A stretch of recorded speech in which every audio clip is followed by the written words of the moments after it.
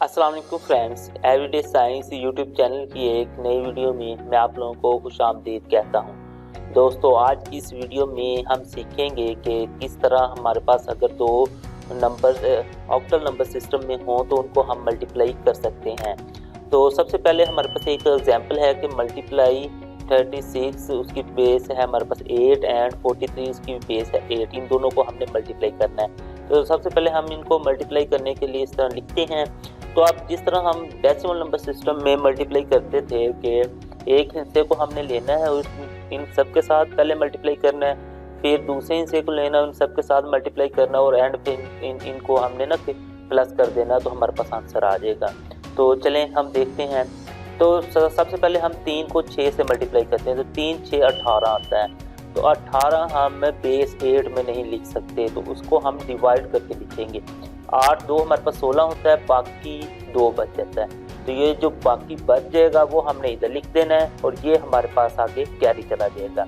अब नेक्स्ट फिर हम 3 को 3 से मल्टीप्लाई करते हैं, तो हमारे पास जवाब आ जाता है 3 3 9 9, और ये जो 2 बाकी था यानी कि जो कैरी बचा हुआ था, तो ये हमने ले लेना है। तो 9 और 2 हमारे पास हो जाएंगे 11। 11 भी हमने लिख सकते हैं, इनको डिवाइड करते हैं। 8 1 8, बाकी बचेगा हमारे पास 3। ये जो बाकी 3 बचा वो हमने इधर लिख दिया, ये जो कैरी था वो आगे आ जाएगा, क्योंकि इससे आगे मल्टीप्लाई करने के लिए हमारे पास कोई और डिजिट नहीं है। तो नेक्स्ट फिर हम अब इस तरह करते हैं, ये यहाँ पे हमने ये मल्टीप्लाई का निशान लगाया। नेक्स्ट फिर हम ये 4 को 6 से मल्टीप्लाई करते हैं। मतलब 3 को हमने इन दोनों के साथ मल्टीप्लाई कर लिया था, अब ये 4 की बारी है। तो 4 को 6 से मल्टीप्लाई करें तो हमारे पास जवाब आता है 24। अब 24 को भी नहीं लिख सकते, तो इस तरह डिवाइड करें। 8 3 24, बाकी बच गया हमारे पास 0। ये जो बाकी 0 बचा वो हमने इधर लिख दिया और ये 3 हमारे पास कैरी चला गया।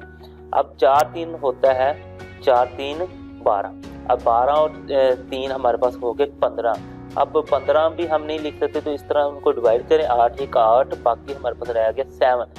ये जो बाकी 7 रह गया वो इधर आ जाएगा और ये जो कैरी था वो आगे हम इस तरह लिख देंगे। इस तरह हमने इन दोनों को बारी बारी ऊपर वाले के साथ ना मल्टीप्लाई कर लिया।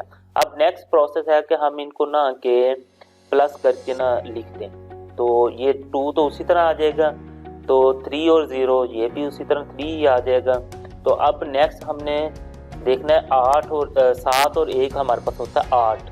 8 को हम वैसे नहीं लिख सकते, तो हम उसको इस तरह डिवाइड करके लिखेंगे। 8 1 8, बाकी हमारे पास बच गया 0। 0 हमने इधर लिख दिया, ये जो एक कैरी था वो इधर आगे चला गया। तो अब 1 और 1 हमारे पास क्या हो गया 2। तो इस तरह हमने ये जो दो हमारे पास नंबर थे इनको मल्टीप्लाई किया, तो हमारे पास ये वाला आंसर आ गया बेस 8 में। तो नेक्स्ट एक और एग्जांपल देखते हैं। तो हमारे पास ये एक एग्जांपल है, इसको अब मल्टीप्लाई करना है। तो सबसे पहले हम ये 3 को सबके साथ मल्टीप्लाई करेंगे, फिर 1 को सबके साथ मल्टीप्लाई करेंगे, फिर 2 को सबके साथ मल्टीप्लाई करेंगे। तो हम 3 से स्टार्ट करते हैं। तो 6 3 हमारे पास होता है 18। 18 को इस तरह डिवाइड किया तो हमारे पास ये 2 जो बाकी बचा हमने इधर लिख दिया, ये 2 आगे हमारे पास कैरी चला गया। अब 4 3 होता है हमारे पास 12। 12 और 2 हो गए 14। अब 14 को इस तरह डिवाइड किया तो ये 6 हमारे पास इधर बाकी बच गया और 1 आगे कैरी चला गया। अब नेक्स्ट है 4 3 12। 12 और इधर ये एक कैरी आया हुआ था हमारे पास 13। तो इसको डिवाइड किया तो ये 5 बाकी बचा था वो इधर लिख दिया, ये जो 1 था वो इधर आ गया कैरी में। अब नेक्स्ट इसकी बारी है 1 की। 1 को सबके साथ मल्टीप्लाई करना है, तो 1 को 6 से मल्टीप्लाई करें तो 6। तो अब इसको डिवाइड करने की ज़रूरत नहीं है क्योंकि ये 8 से छोटा है। तो 6 1 6, 4 1 4 और फिर ये 4 1 4 हमने इनको उसी तरह लिख दिया। अब नेक्स्ट है कि तीसरे हिस्से को सबके साथ मल्टीप्लाई करना है। तो तीसरे हिस्से को जब मल्टीप्लाई करेंगे तो 6 2 12 आ जाएगा। जब 12 को हम नहीं लिख सकते तो हम क्या करेंगे उसको डिवाइड। 8 1 8, बाकी बच गए 4। 4 हमने इधर लिख दिया, 1 हमारे पास कैरी आ गया। अब नेक्स्ट फिर इसको इसके साथ मल्टीप्लाई करें। 4 तो 8 और 1, ये जो कैरी बचा हुआ था 9 हो गया। तो हम इसको डिवाइड करते हैं, तो 8 1 8, बाकी 1 बच गया। ये जो 1 बचा वो हमने इधर लिख लिया और ये जो 1 था ये हमारे पास आगे कैरी चला जाएगा। अब नेक्स्ट फिर हम 4 तो 8 8 और 1, ये जो कैरी था हमारे पास हो गया 9। तो 9 को भी नहीं लिख सकते, तो इसी तरह डिवाइड करें। डिवाइड करने के बाद ये 1 आप लोगों के पास बाकी बच जाएगा, ये 1 इधर लिखा जाएगा और ये जो कैरी वाला 1 था वो इधर आगे लिखा जाएगा। इस तरह हमने इन तीनों जो हमारे पास ये तीनों डिजिट्स थे इनको ऊपर वालों के साथ बारी बारी मल्टीप्लाई कर दिया। अब मल्टीप्लाई करने के बाद नेक्स्ट प्रोसेस है कि हम इनको प्लस करके आंसर लिखें। तो ये 2 उसी तरह ही आ जाएगा क्योंकि इसके साथ प्लस होने के लिए और कुछ भी नहीं है। तो नेक्स्ट हम देखते हैं 6 और 6 हमारे पास होता है 12। अब 12 को भी हम डायरेक्ट नहीं लिख सकते, तो इस तरह डिवाइड करते हैं 8 1 8, बाकी ये जो 4 बचेगा वो हमने इधर लिख दिया और ये 1 हमारे पास इधर आ गया।